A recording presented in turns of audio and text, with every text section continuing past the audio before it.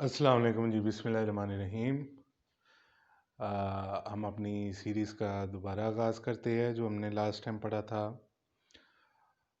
Past tense हमने start किया हुआ है जी। पास्ट कंटिन्यूस टेंस आज हम पढ़ेंगे, ये हमारा आज का टॉपिक है। पास्ट कंटिन्यूस को समझने के लिए आपको ये बात ज़हन में रखनी पड़ेगी कि पास्ट कंटिन्यूस जो होता है वो पास्ट सिंपल से रिलेटेड होता है। पास्ट इंडेफिनिट जो आपने पढ़ा था कि वो काम जो किसी ख़ास पॉइंट पे माजी में स्टार्ट हुआ और अभी तक यानी वो पास्ट में किसी मौके पर वो जारी था। फॉर एग्ज़ाम्पल अगर आप कहते हैं कि जी 8 बजे आपने कोई काम किया, पास्ट में 8 बजे आपने काम स्टार्ट किया, ये आपका पास्ट सिंपल पॉइंट है और इसके बाद वो काम पास्ट में ही रहते हुए जारी था जब वो बंदा उस मौके पर बात कर रहा था। तो उर्दू की इसकी पहचान आपके सामने लिखी हुई है, रहा था, रही थी, रहे थे। और अगर हम इंग्लिश की बात करें तो ये उसकी अरेंजमेंट है सेंटेंस की, ये सिंटैक्स है, ये ऑर्डर है, सब्जेक्ट है सबसे पहले और वाज वर। हर मैं अपनी वीडियो में बताता हूँ कि ये सेम ही तरीका रहता है हर टेंस का, सिर्फ ये होता है कि हेल्पिंग वर्ब चेंज होता जाता है। इसी तरह जो मेन वर्ब है वो चेंज हो जाता है और बाकी चीज़ें वैसे ही रहती हैं कि ये इसका हेल्पिंग वर्ब है, सब्जेक्ट है, वाज वर यूज़ होगा, उसके साथ वर्ब है प्लस आईएनजी और ऑब्जेक्ट है। ये पॉजिटिव सेंटेंस है। इसके अलावा जो इंट्रोगेटिव सेंटेंस है, क्वेश्चन वर्ड अगर चाहिए हो, क्यों, कब, कहाँ, कैसे का जिक्र हो उस वाले फ़िक्रे में, यानी कि WH वर्ड का इस्तेमाल है जो व्हेन, व्हाट, वेयर, ये सबसे पहले आपने लिखना है सेंटेंस में। उसके बाद आपने जो हेल्पिंग वर्ब लिखना है, फिर सब्जेक्ट लिखना है, फिर वर्ब की फर्स्ट फॉर्म है, फिर आईएनजी और फिर ऑब्जेक्ट है, और अगर हो तो और इसके बाद क्वेश्चन मार्क लाजमी है। तो वाज और वर का इस्तेमाल यहाँ पर लिखा हुआ है। वाज जो है वो फर्स्ट पर्सन जो सिंगुलर है उसके साथ आएगा। इसी तरह जो थर्ड पर्सन सिंगुलर है और ही, शी, इट, और इसके अलावा कोई भी अगर सिंगुलर सब्जेक्ट हो उसके साथ वाज यूज़ होगा।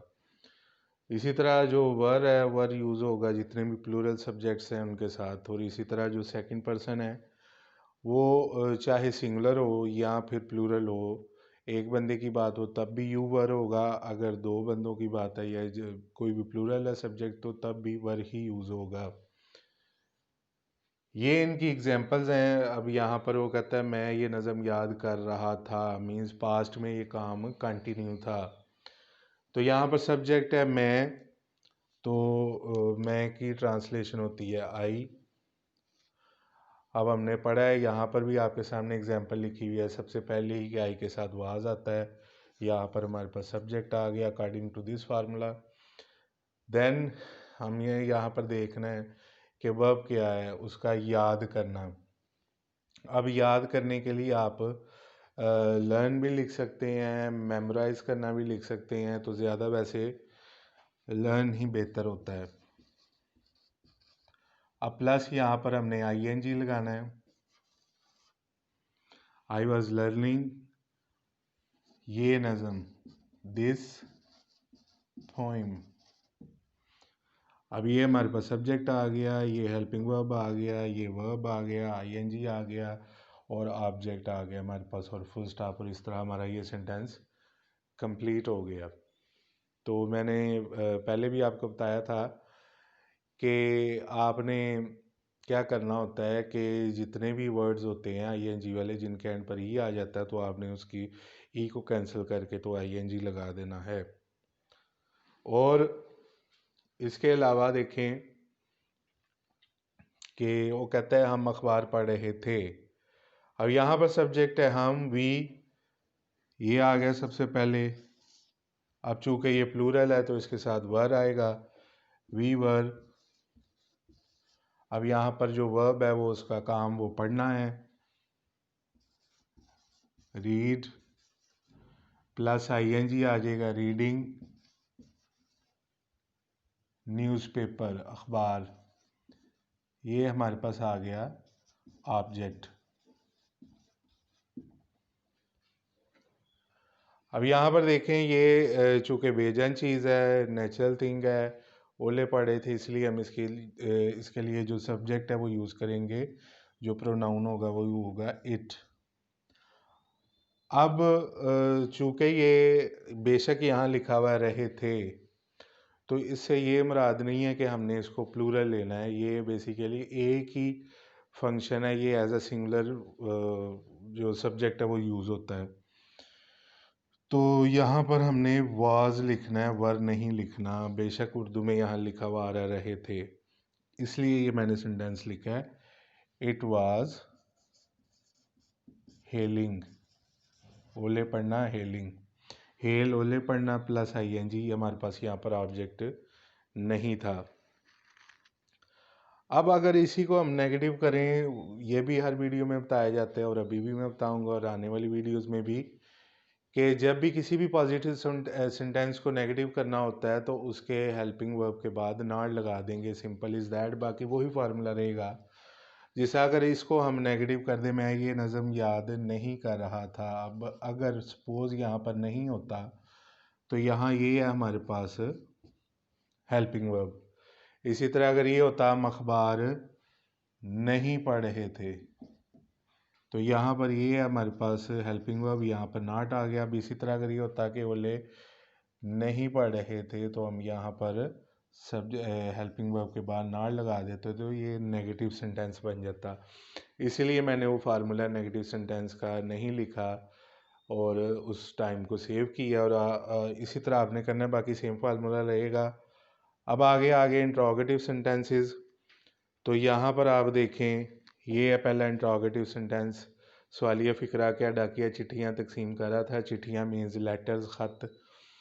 अब यहाँ पर देखें, क्यों कब कहाँ कैसे जैसा कोई वर्ड मौजूद नहीं है, सवालिया लफ्ज़ मौजूद नहीं है, तो हम सबसे पहले हेल्पिंग वर्ब पे आ जाएंगे। अब हेल्पिंग वर्ब वाज है कि वर है, ये लिखने के लिए हमें पता होना चाहिए कि सब्जेक्ट क्या है। सब्जेक्ट अगर सिंगुलर है और सेकंड पर्सन नहीं है, तो फिर हम यहाँ पर वाज लगाएंगे। चूँकि डाकिया यहाँ पर सब्जेक्ट और रहा था से हमें पता चल रहा है कोई सिंगुलर है, तो हम यहाँ पर लिख देंगे वाज, डब्ल्यू कैपिटल। अब कौन है सब्जेक्ट? डाकिया, पोस्टमैन। अब तकसीम करना होता है डिस्ट्रीब्यूट करना। जिस तरह आप ये भी देखें, ये जो वर्ब है इसके एंड पर ई भी लगता है, हमने आईएनजी लगाना है, इसलिए हम ई ख़त्म कर देंगे।